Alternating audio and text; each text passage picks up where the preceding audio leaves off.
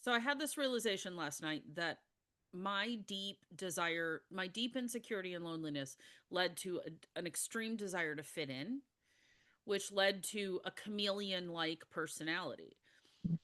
I thought by going into a church, which this was a non denominational modern church, so it should even be easier, I would be accepted in and loved and fit in and be part of all these groups, and it would like satisfy all of these deep needs. And it was anything but that experience. In fact, it was like being back in high school. There were Mm. cliques and groups, and you might get invited, or you might get not get invited. There were certain groups that they did all of life together, and I wasn't in any of those groups. If I got invited, it was because it was a women's event. It wasn't Juliana, why don't you come on over? It was, oh, Juliana, we're having this women's night. Why don't you come on over? And so it was 30 women. It wasn't me. It was 30 women, right? So, and I was jealous of this woman because she would do invites and everybody would show up. And it triggered every part of what was in there towards healing. But at the time, it just triggered misery and anger. So when I left organized religion, stopped attending church, I thought, well, okay, good, because I accept me, or I worked on accepting me over time. And I was like, all right, so those people are judgmental and rude and not living to the promises of Jesus and all these things, right? But I'm living in Christ consciousness, which created a judgment from me to dogmatic group. So last night I had to reconcile that if I can't judge them for judging me while I judge them, right? So that's not cool. My belief system is my type of dogma. Their belief system is their type of dogma. I elevated myself thinking I know better because now I see the truth. And so I began to judge. And so last night I'm like, what is the scripture? Judge not lest ye be judged. Right. According to the measure by which you have judged. Yes. So, this is a beautiful thing because when we judge others, essentially we are judging that reflection of ourselves. Because when we look at someone else and we judge them for their thoughts or their actions, it's really just a reflection of how we perceive the world from our situation and our understanding of it and how we would handle that situation. Even though that person wouldn't do it the same way we would, doesn't necessarily make their way wrong. Right. So, and this to me has been central focus, especially as we've gone through these universal laws in the Firelight Alchemy Circle. This idea that we are all one and everything that we do to everyone outside of us hurts us. Mm. And then we get the same thing back. We get what we give out. You know, the old adage, what goes around comes around. That's a thing. I fully believe that.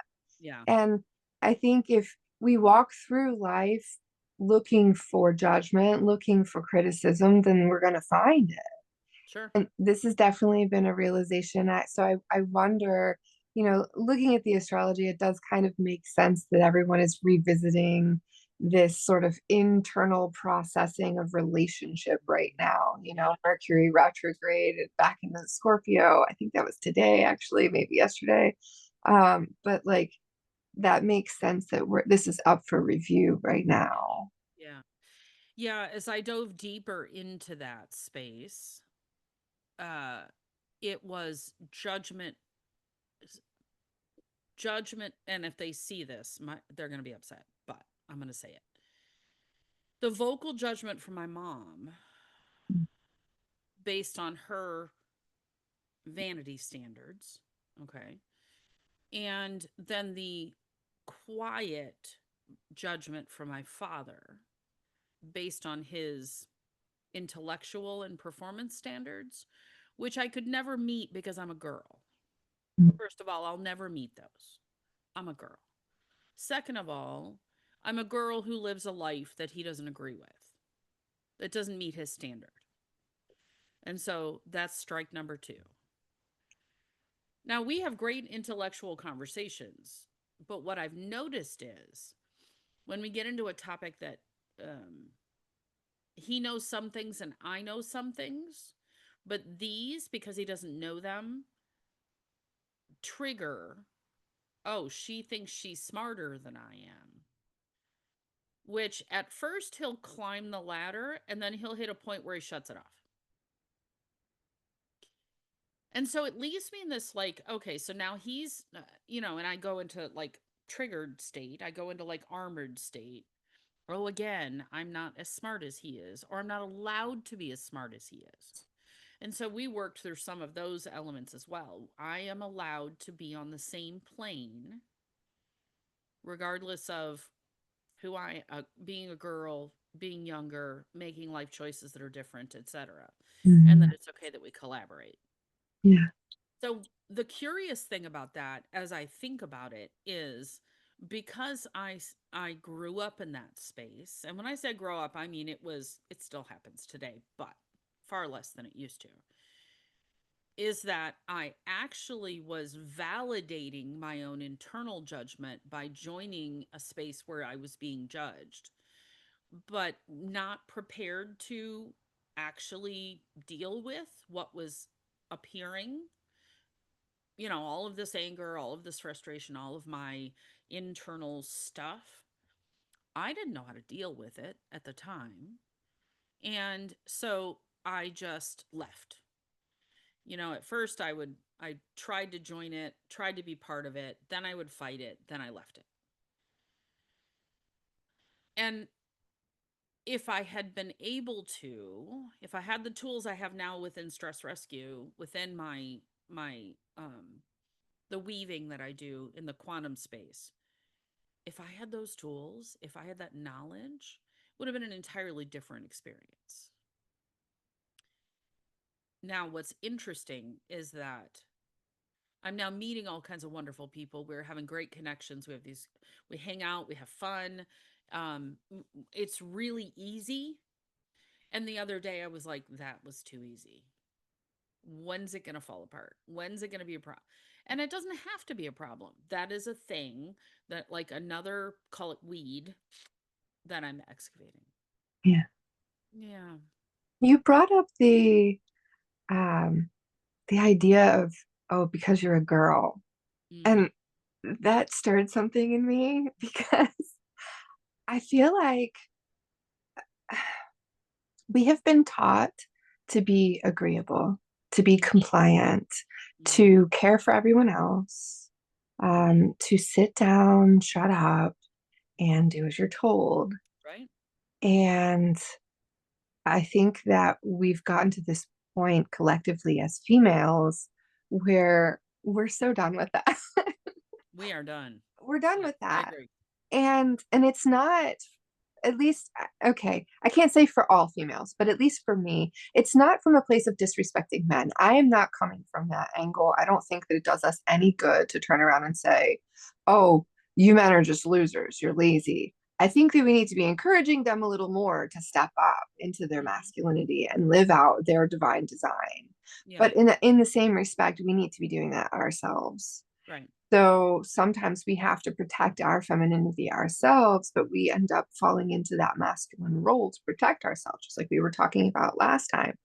And we end up being seen as, bitter or controlling or anything like that. And in reality, we're just not safe.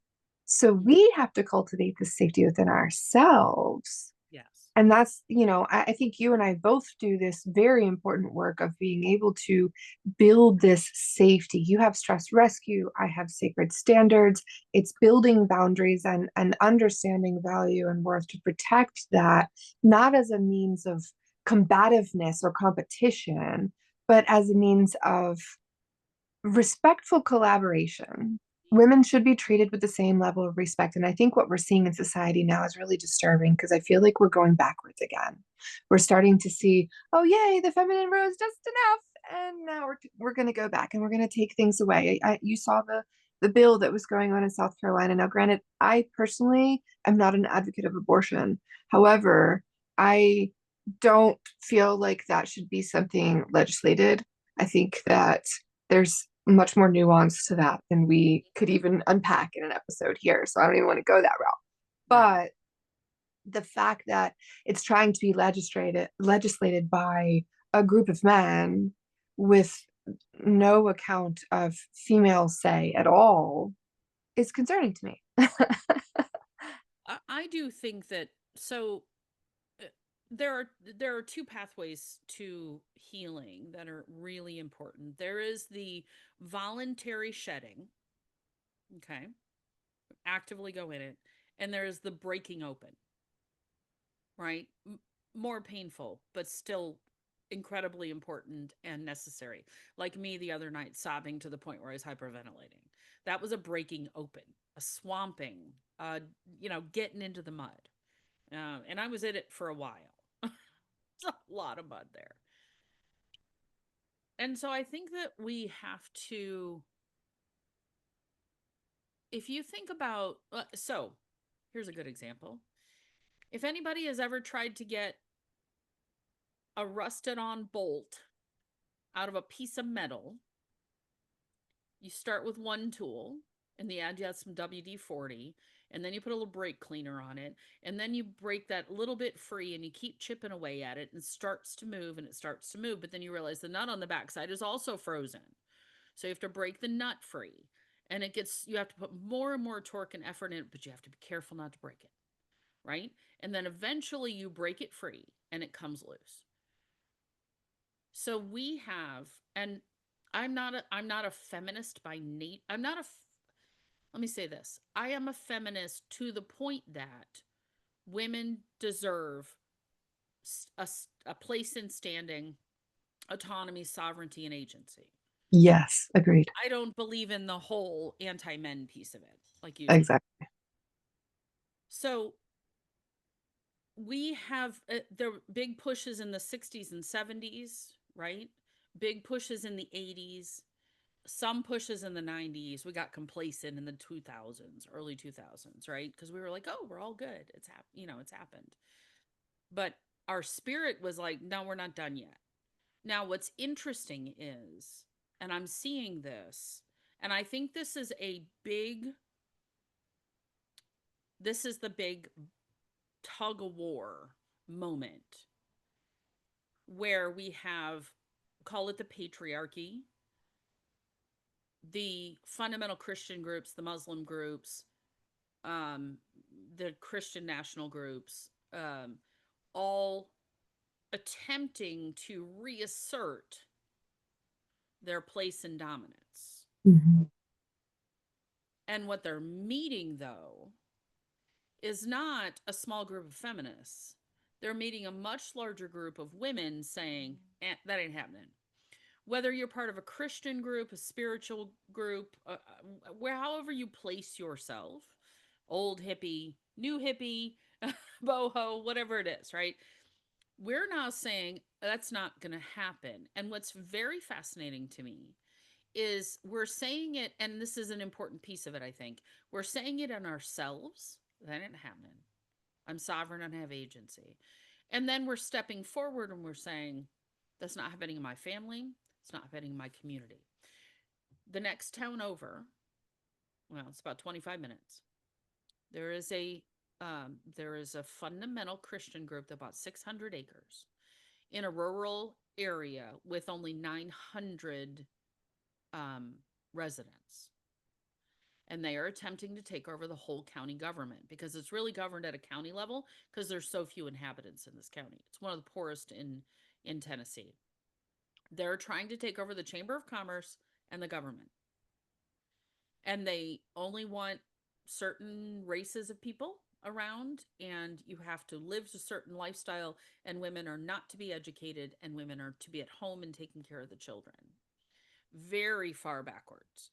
And I've had lots of interesting conversations with people in that county. And I have said, there's no more important time for you to be vocal than now. Mhm. Do not think that it'll blow over or get swept under the rug. because they come in with more. I had a pastor say this to me once. They're gaining momentum because they are more vocal than we are. Yes. And that is true to a point with these groups, with this attempted slide backwards.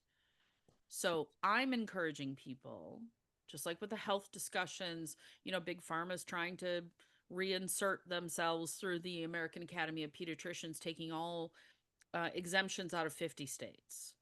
There's all these groups that are trying to hold their fiefdom together, and we're going, ain't happening. You Hmm. don't get it back. So it's so important that we continue to stand in that sovereignty and in that confidence and in that strength. And if you don't have that yet, that's where Jessica and I come in, Hmm. because we're going to help you find that confidence and that strength and build it and practice it. And so you are going to be the one saying in your family, in your community, in your state, your country, wherever you're at, this is not, we're not going backwards. I also don't think that humanity is, um, I don't think we're at risk going backwards. I really think we're like, that we've climbed the hill of the roller coaster and we're sitting up at the top waiting, right? And then the next one's going to be that free fall into a completely different way of approaching of living life. Yeah. I think it's important, though, that we don't grow complacent or Yes. discouraged by the way we're seeing things out in the world. Yeah. If we are watching our government go to hell in a handbasket, it doesn't necessarily mean that it's the end of the world. I think there's a lot of people who are sparking fear and are really doing a lot of naysaying out in the world. And I feel like that doesn't serve any purpose other than to lower the vibration of the collective. And instead, let's try to put something into the world that's a bit more beneficial, that Mhm. is forward moving, that is growth oriented, that is going to help everyone. And, like you said, some of the radical hate men feminism is kind of bordering on the same level of struggle that we've already had in the patriarchy. It's not going to be good for anyone. Mm-mm. It hasn't been good for anyone to be a patriarchal society for as long as we have been.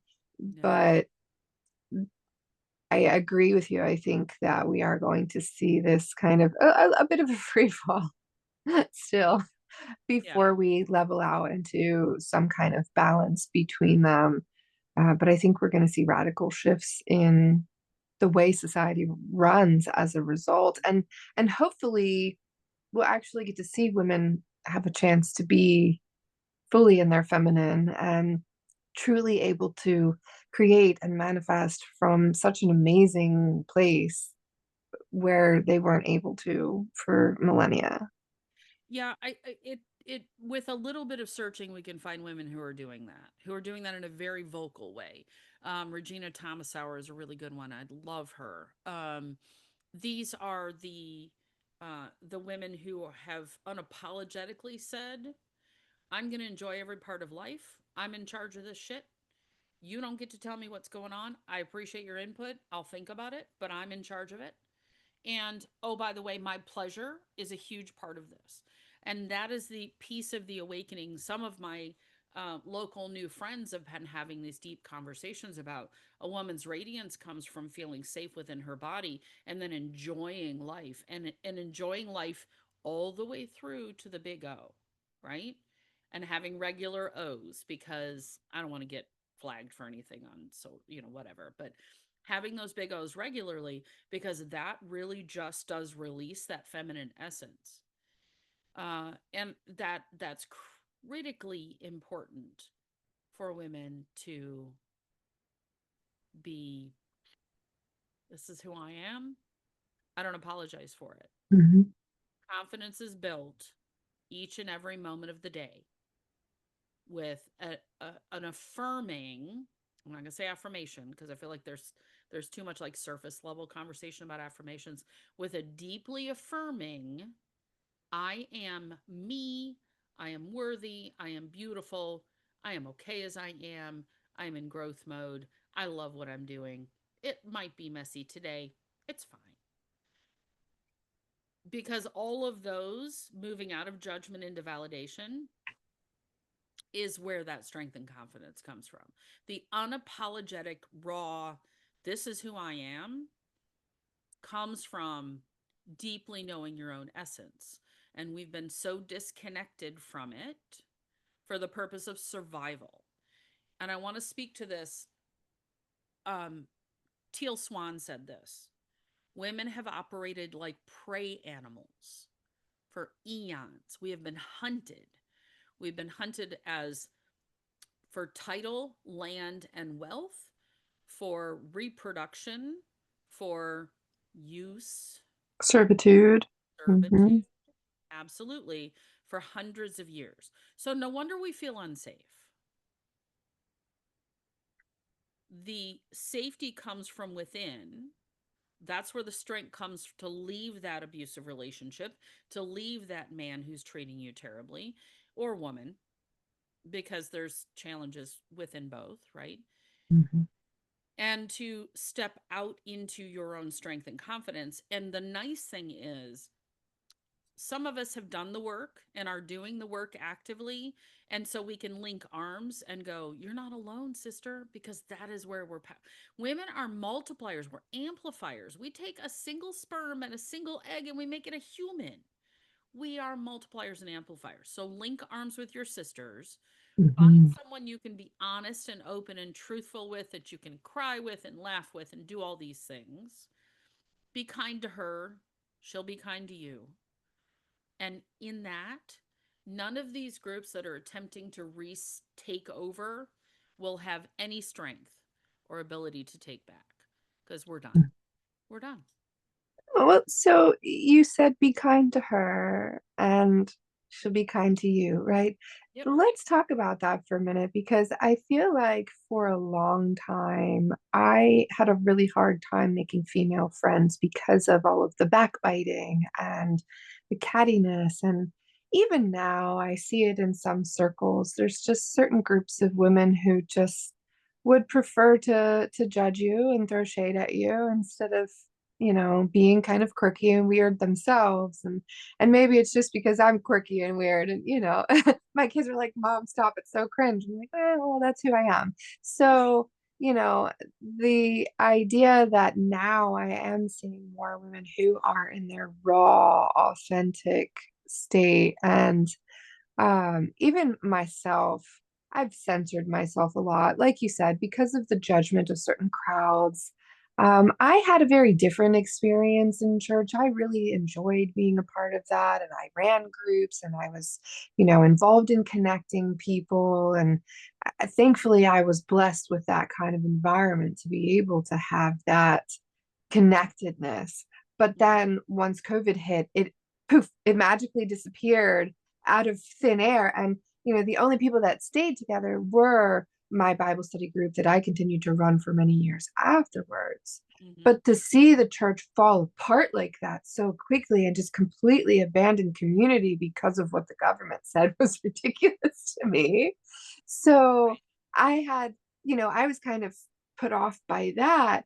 There were some other things going on that were really, it was a very clear awareness for me of the spiritual realm and what was actually going on in the churches. And I was seeing it for myself because I am able to see how the spirit realm operates physically with my, my vision.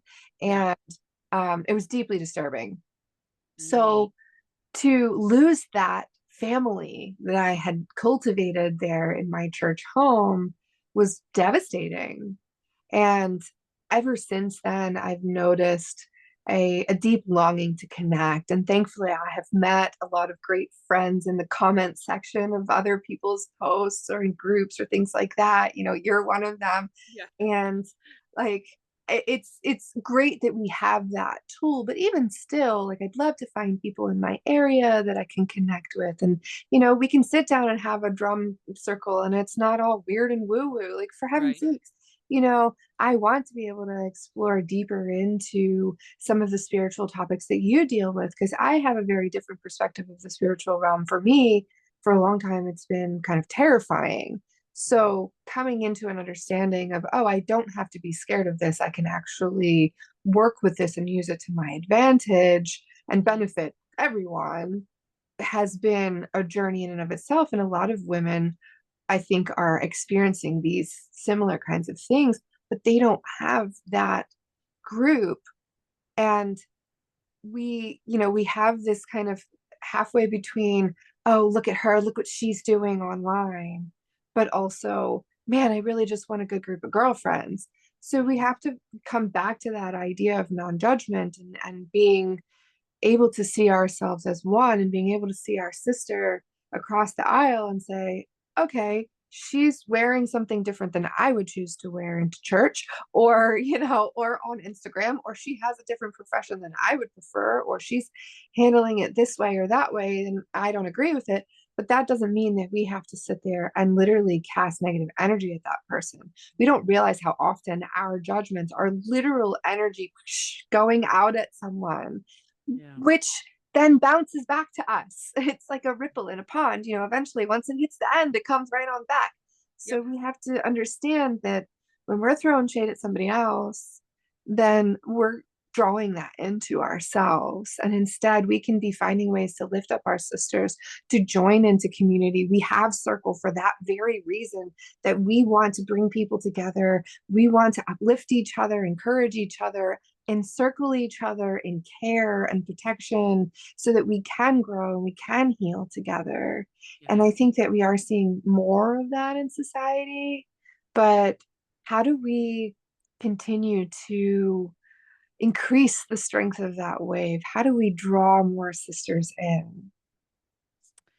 Uh, it's curious because we moved to a new area.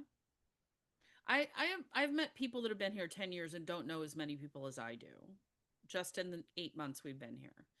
And I had somebody say to me, like, how do you know all this already?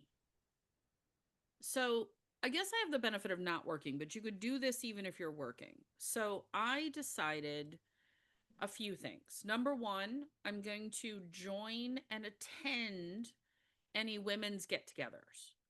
So everything from the women's club, which is a women business owners group. They do lunch every month. They have a couple of other activities they do. I'm attempting to attend as many of those as possible. There are two other women's groups. It turns out that almost all of these are what we call transplants. These are people not native to this area. So I've gone to happy hour. I've gone to lunch. I've gone to other things that they've offered, and I'm meeting and talking to them. That's one intentional thing that I did. This is another one that I did, which is a little bit bigger, but I wanted to connect with the wellness community here. And I decided to start a wellness fair here, which allows me the opportunity to meet a lot of the really good practitioners here. My hope is to come out of this is we will have like a quarterly practitioners get together. Maybe we'll have a speaker, maybe we won't. Maybe it'll just be get together and talk about the environment and, whatever whatever. It has really accomplished that. And out of it, I have two collaborators, two women who are go-getters who wanted to do this but they didn't think they had the space to do it on their own. And just me initiating it, they then stepped up and they're amazing. And I had to go through like a moment of like, hey, wait a second, I should have thought of that. Like I've had to go through those moments of, well, but I should be the one leading that. But now I'm like, no, no, no, you're amazing at that. Go. Please run with it. So now I'm meeting all these wonderful people. I will then, as the person organizing that and a person who has a table at that wellness fair, meet a lot of the people that come in because I'm going to host a workshop, whatever. Now, some of these things are really putting yourself out there. If you have one friend in the area, you both go, meet new people, host something. After you meet that group, say, I'm thinking about hosting everybody over for a hot chocolate bar at my house. That's easy enough to do. And if four people show up, those are four new friends, right? that that growth that happens from that is very intentional. And now I met a woman who is from Korea. She lives in Crossville. Her husband works full time. She has a kimchi business. She's been here 2 years and hardly knows anybody. And she's like, I just don't know what to do. I'm like, okay, let's start with this. Dee, dee, dee, dee, dee, dee, dee. But I'm a generator. That's part of it, right? I'm a generator. And I'm learning about generator, human design generator, and the idea that together, like when I work with people, we generate momentum and ideas and conversation and things work together. And as I step into the essence of that, and I don't allow my insecurity, my ego to have a conversation in there, right? Because I'm self aware. Um, then these conversations are amazing and fun, and we have a good time, and we go deep and we talk about the big O and not wearing a bra, and you know, all of the girlfriend conversations I've always wanted to have are starting to happen. So I think you have to be really intentional about that. And you talked about joining some groups on Facebook. There's usually women's get together groups in your area, but if there aren't, maybe you start one. Just pull in a couple of ladies that you meet at the grocery store to carry some little postcards with you and say, hey, I'm getting some ladies together for coffee Saturday morning. If you're available, love to have you there. Whoever's supposed to show up will show up. So, I used to do these little meetups at Starbucks. I would just post every Friday. I would say, "Hey, whoever wants to come join me for coffee tomorrow, I'll be at this place at this time." And people would comment or just show up, and it was nice to be able to just have that connection with folks. And it's funny that you bring up that you're a generator. So I'm a projector. I'm the kind of person that can only take up so much interaction socially before I'm like, okay, I'm done. you right. know, I was never one that liked to hang out at parties, and it's not my vibe. I'm more of a close-knit small group kind of person than I am like a big function. So finding ways to have those little get-togethers, like I said, even after COVID and we weren't technically allowed to meet anymore. I mean, I still had people over my house, but even people that weren't like sure if they wanted to come out because they were a little nervous about COVID, they were still able to join us online. So we would have a Zoom session. We continue to do the foundation circle every other week, and we can gladly integrate people into that and be able to have a conversation with a bunch of people. So I encourage our members to come and join us in that, be Yeah. able to be a part of the conversation live and have that fellowship. Yeah. And take time for yourself to be aware that, if you aren't a generator, a manifesting generator, if you are a projector, reflector, you may need to have some alone time and learn to balance that. I like to do my social times during times that the planets favor that. So, for example, typically Wednesdays are really good for communication. And sometimes Thursdays, I'll throw in some social activities, and then definitely Fridays. Fridays are always really good for communication and, just being social, being open, having a good time. So, using the energies of the day, you can kind of navigate that a little bit better and still keep your energy and still be able to connect with people and make new friends out there. Yeah. I love that. And the there's never been a better time. Gathering is at 100-year low. We need each other. Yeah. We grow together. So I love that. So you mentioned the Firelight Alchemy Circle. It's there's so much good information in there already, and you continue to put more information in there, and we're going to be, I think, in after the first of the year, doing some really good live events, and we're talking about a school community, so stay tuned with that. Make sure that you let us know that you're interested in both. We'll get you in. We'll get you hooked up. So Mhm. awesome chat. Love it. Thank you.